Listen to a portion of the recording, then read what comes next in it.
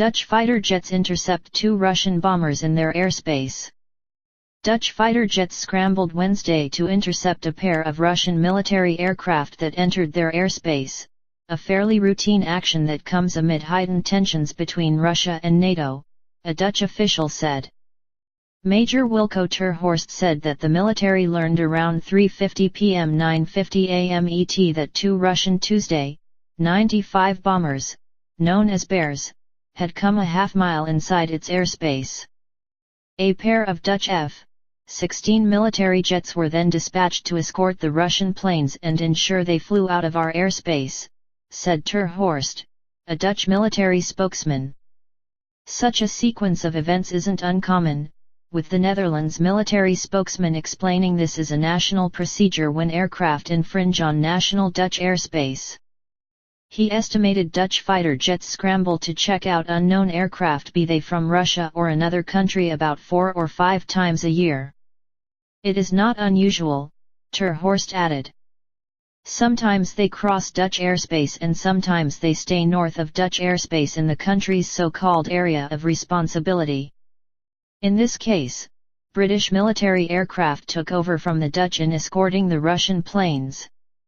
A British Defence Ministry spokesman said that planes from his military left from Royal Air Force Station Lookers to determine the identity of unknown aircraft that approached the NATO air policing area north of Scotland and could not be identified by other means. These planes were later identified as the Russian military planes. The spokesman stressed that they didn't enter British airspace, nor has any Russian military plane ever done so. The Russian military aircraft remained in international airspace at all times, as they are perfectly entitled to do, the spokesman said. In a separate and standard event, Britain's HMS Dragon met up with the Russian ship Vice Admiral Kulakov as it was transiting past the UK, according to the military spokesman. The British naval destroyer is now keeping an eye on its transit south, he added. There was no immediate mention of this story on the English-language versions of at least 2 Russian state-run media outlets, RUT and RIA Novosti.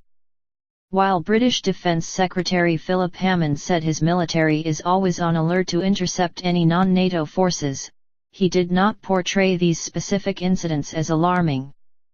Recent events have increased awareness of Russian military activity, Hammond said.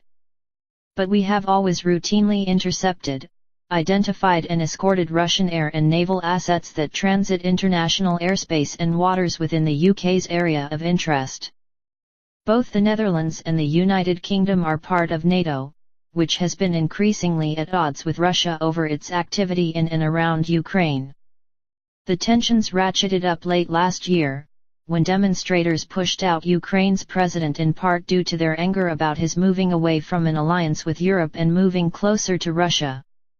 A pro-Western government took over in Kiev. Soon after, the Crimean Peninsula seceded from Ukraine and became part of Russia. Since then, Russia has deployed what NATO estimates to be 40,000 troops near its border with Ukraine, which has made other countries in the area nervous.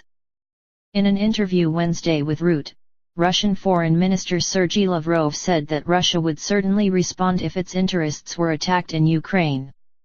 Russian citizens being attacked is an attack against the Russian Federation, Lavrov said.